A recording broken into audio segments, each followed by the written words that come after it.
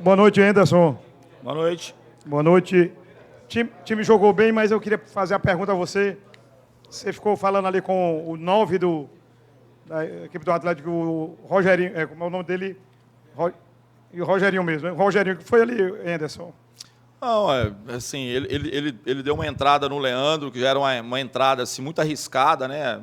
A gente que trabalha com futebol, que vive futebol constantemente, a gente sabe que é um jogo competitivo, que é um jogo disputado, mas algumas entradas elas devem ser evitadas, né? Porque depois que acontece o pior, não adianta muito ir lá pedir desculpa no hospital, falar assim, poxa, eu fui mal, aí não adianta, entendeu? Então, tem coisas que são prudentes e outras não. Então, assim, um carrinho por trás que visa a bola, que mesmo que visa a bola, é sempre uma jogada muito arriscada. Então, o que o Leandro ficou muito chateado foi isso, né? E aí começaram a discutir e eu fui falar com ele justamente isso. Falei assim, poxa, você está pedindo respeito, falando que é profissional, e aí você dá uma entrada dessa aqui, você pode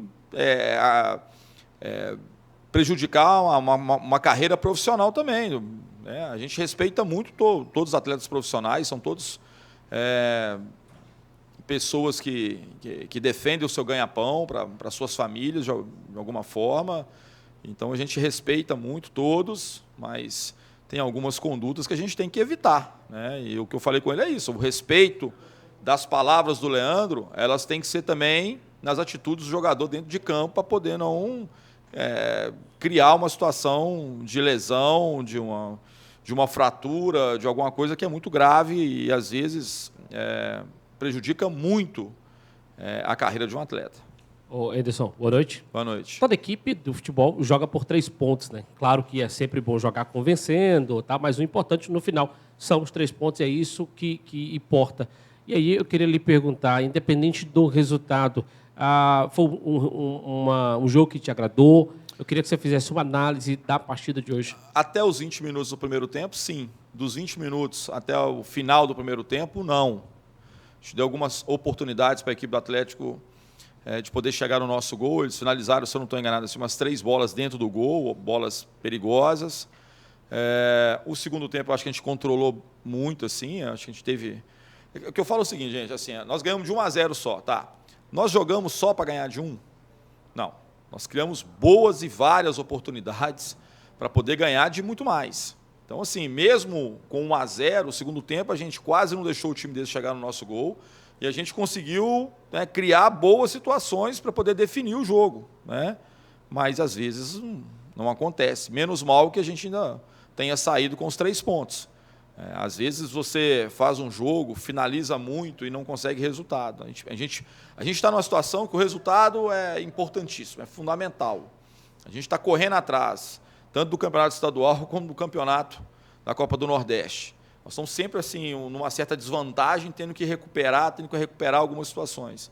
Então, era importantíssimo e era um adversário direto. Eles estão com 6 pontos, podiam nos passar e numa situação que não dependesse nem mais da gente apenas, né? Então, a gente já cria uma situação interessante para poder buscar, aí, quem sabe, as primeiras colocações, que é o nosso objetivo é ser primeiro colocado, né? Não tem outro objetivo. E hoje a gente tem aí, talvez, a possibilidade de depender só da gente. Então, isso é fundamental numa competição. Anderson, boa noite. Boa noite. Quinta-feira você já tem Copa do Brasil pela frente, né? Vitória da Bahia no Castelão. E aí eu te pergunto, mantém o mesmo time? Você ainda vai rever algumas situações? E uma outra situação, Anderson, todos os teus jogadores que me deram entrevistas reclamaram do gramado do PV. Ou seja, você ainda tem a questão de você trabalhar a tua equipe com jogo em cima de jogo para tentar adaptá-los a essa maratona, tem que adaptar também agora o gramado? Gente, eu acho que no Brasil a gente tem pouca consideração ou pouca preocupação com uma das coisas que é o mais importante para um belo jogo. E eu estou falando assim, da mesma forma que nos prejudica o adversário também.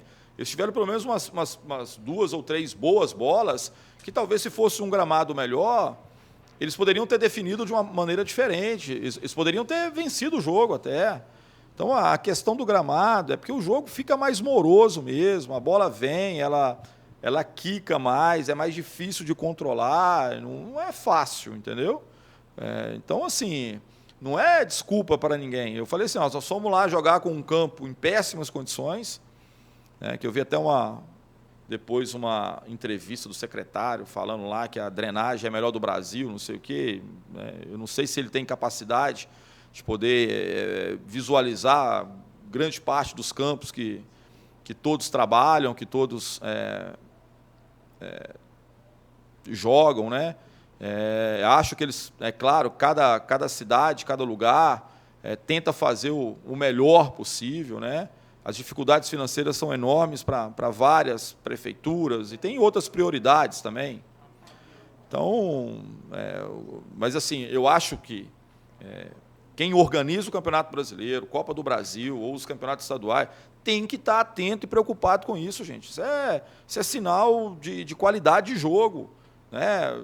Se fosse numa outra situação, podia ter sido um jogo melhor para as duas equipes.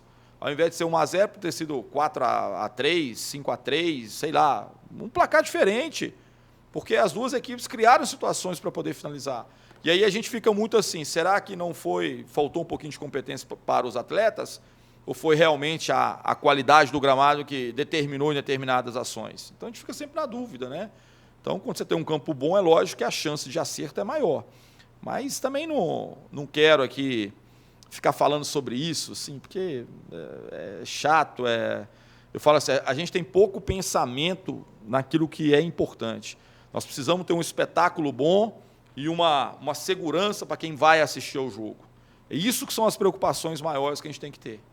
Nós temos que ter boas condições para os atletas trabalharem e boas condições para os espectadores acompanharem. Isso é fundamental. Como é fundamental que vocês tenham um espaço adequado para poder trabalhar, linhas de transmissão e tudo isso. Tudo é importante para que a coisa possa fluir. Anderson. Vitória é um adversário extremamente difícil, um adversário extremamente tradicional, é um grande clássico, sim, do futebol do Nordeste. Eu vi equipes maravilhosas. A equipe dele está vivendo um momento muito positivo. Eles conseguiram ganhar um Bavi depois de muito tempo. Então, eles estão bem organizados. O Geninho é um treinador muito experiente, sempre monta boas equipes, equipes que sabem argumentar o jogo. Ele é muito capaz de poder pensar essas equipes. Então, assim, é um confronto muito difícil que a gente tem pela frente, mas a gente conta muito com o nosso torcedor na quinta-feira, que a gente possa fazer uma grande festa, que a gente possa entusiasmar e energizar esses atletas. Dificilmente esse primeiro jogo vai ser ele pode definir completamente o confronto, né? Eu falo muito difícil, porque a tendência de um jogo muito equilibrado, mas é um passo fundamental para a equipe que quer buscar uma classificação na Copa do Brasil. Oi, Anderson, boa noite, tudo bem? Boa noite, tudo bem. Você falava em uma situação mais favorável no Campeonato Cearense após essa vitória de hoje. E, em cima disso, eu te pergunto, essa vitória, a primeira posição, mesmo que seja de forma momentânea, temporária, dá ao Ceará para os 2 próximos jogos pelo Campeonato Cearense uma certa tranquilidade, principalmente no jogo contra o Barbalha, que é fora de casa? O Ceará pode pensar em um outro resultado que não seja o da vitória, ou pelo último jogo, ser o clássico rei contra o Fortaleza, o Ceará entra com esse desejo de vitória, mesmo que seja lá em Barbalha essa partida na próxima rodada do Cearense? Gente, a gente pensa só nesse resultado, só na vitória. A gente só projeta e tenta fazer as coisas para poder buscar a vitória. Não tem outro resultado que nos agrade, entendeu? Assim, o que a gente, e mesmo quando a gente ganha, a gente está sempre buscando coisas que podem ser melhoradas. O jogo hoje foi bom, a gente conseguiu os 3 pontos, mas é claro que tem ajustes a serem feitos, a gente vai continuar fazendo, isso ganhando, perdendo, empatando, a gente tem uma análise muito crítica. Então, assim, não adianta falar assim, porque ganhou, tá tudo certo. Não, perdeu, tá tudo errado. Não. A gente tira as coisas boas e as coisas ruins, tá? Então, nossa preocupação sempre é colocar a melhor equipe possível que esteja disponível. Eu não sei se a gente tem condições de poder estar sempre com o principal time, né? Com o time que tem jogado mais, mas nós vamos fazer o possível para sempre ter uma equipe de muita qualidade, e é o Ceará que vai estar representado sempre. Boa noite, Anderson. Boa noite. O mundo do futebol, assim como a vida, dá voltas, né? Ano passado nós conversávamos aqui, Anderson, 10 jogos sem vencer. Hoje o Ceará são 13 partidas que não perde. Para você, a importância disso, você mostrar aí que o seu trabalho, né? 13 jogos agora, os jogos daqui para frente, os outros adversários vão querer quebrar essa invencibilidade. Claro, é o objetivo de todo mundo, e é claro que todo mundo que joga contra a gente quer vencer a equipe do Ceará. É importante, mas como eu falei, assim, é claro que são mundos diferentes.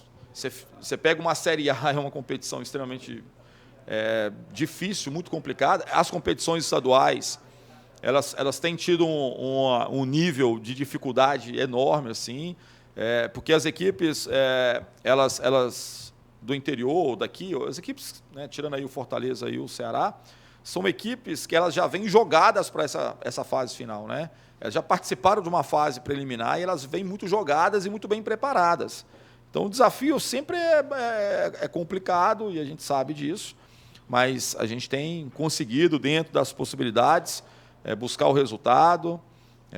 Acho que hoje, o jogo contra o Guarani de Sobral, a gente sofreu muito ali, assim, principalmente no segundo tempo, mas acho que hoje a gente já controlou melhor, já teve uma postura melhor, apesar de um placar magro, assim, né? Anderson, boa noite, parabéns pela vitória. Obrigado. O Rodrigão e Bergson foram jogadores que ficaram fora da relação do jogo de hoje, e o Luiz Otávio foi poupado. Já pensando na quinta-feira, esse trio aí? Obrigado. A questão do Bergson. O Bergson estava sendo relacionado quase todos os jogos e estava participando pouco, assim, né? Então, em determinado momento, a gente tem que tirar também para que ele possa fazer uma semana aberta de trabalho, fazer o trabalho de força, de potência que ele precisa fazer sem estar envolvido. Por exemplo, hoje ele treinou muito, né? O Rodrigão é um aspecto de poder acelerar o processo assim da condição ideal para ele. A gente tem conversado muito sobre isso. Ele tem avançado muito, né, nessa questão, né? Então, a gente tem, dentro da nossa conversa, o melhor caminho foi esse, ele abrir mão um pouquinho dos jogos agora, se concentrar bem nessa preparação para estar ainda melhor quando retornar. O Luiz Otávio, não é questão de poupar, o Luiz Otávio teve um probleminha, acho que foi naquele jogo contra Guarani de Sobral, né? Que ele tomou uma pancada, uma pancada, mas que foi no músculo, é claro. Então, assim, ele sentiu ali só um incômodo, mas nada, não teve detecção de lesão nem nada. Então, a gente está observando o tempo todo para ver se ele já teria condição de poder participar hoje. Fizemos o treinamento na sexta-feira, ele se sentiu melhor, mas não ainda em condições de poder participar. Então, a gente teve que... a gente não pode arriscar ninguém nessa situação, né?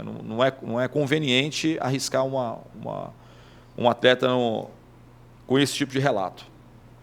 Anderson, boa noite. Boa noite. Perguntava aqui ao Samuel, o fato de ser um dia especial hoje para as mulheres, né, Dia Internacional da Mulher, a gente viu várias homenagens, tivemos o trio de arbitragem feminino, tivemos as gandulas. Queria que você falasse um pouquinho sobre a importância dessas ações e, para você, as mulheres da sua vida. Gente, uma coisa que eu acho assim, que todo mundo tem como expectativa, né?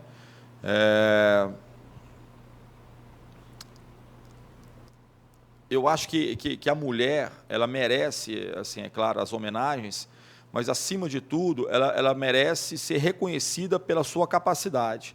Possa ser na arbitragem. Eu não acho assim, hoje vamos fazer um trio diferente, né, um quarteto feminino para homenagear. Eu acho que elas merecem muito mais do que isso. Acho que elas merecem serem avaliadas com critérios iguais aos homens, em todas as áreas.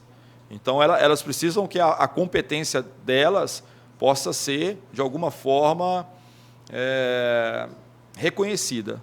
Eu acho que, assim, você fala de mulheres da minha vida, tanto a minha esposa, a minha filha, a minha mãe, as minhas irmãs, são pessoas assim, muito importantes, e a coisa que a gente mais luta para que elas possam ter, na verdade, as mesmas oportunidades. Eu olho para minha filha hoje e falo assim, o que eu quero para ela é que ela possa ser reconhecida como uma grande profissional, né? Ela é psicóloga, ela se dedicou muito para isso e às vezes me incomoda também quando ela é tirada de alguma disputa simplesmente porque é mulher. Isso não é cargo para mulher. Isso mata, assim, eu acho que qualquer pessoa, entendeu? Então, eu acho que a competência ela não pode ter gênero, entendeu? Tem que ter a competência de poder realmente ser capaz de executar bem e, quando for, de ser reconhecida e valorizada, né? Então, isso é fundamental. E as mulheres da minha vida são mulheres extremamente guerreiras, né? A minha esposa, que está há muito tempo passando por muitas dificuldades, a minha mãe, que sempre guerreou muito para poder me criar e criar meus irmãos com as dificuldades que nós tínhamos, assim, sempre, né? Não só ela, como meu pai também. Então, eu fico num misto assim, de homenagem, mas eu acho que elas merecem muito mais do que simplesmente homenagem. Assim. Eu acho que elas necessitam e elas clamam, principalmente, não é nem pela questão de igualdade, mas é pelo reconhecimento daquilo que elas realmente representam na nossa vida e na nossa sociedade. Anderson, foi mais uma vitória onde teve a participação direta no gol do Rafael Sobis, né? Ele vem de 3 gols no jogo contra o River, mais um gol hoje. Quem observa ele em campo percebe ele mais à vontade, em basicamente tudo, né? No toque de bola, na ação com seus companheiros. O que você pode dizer desse jogador que tem sido importante para o Ceará e nessas últimas 2 partidas importantes também com gols?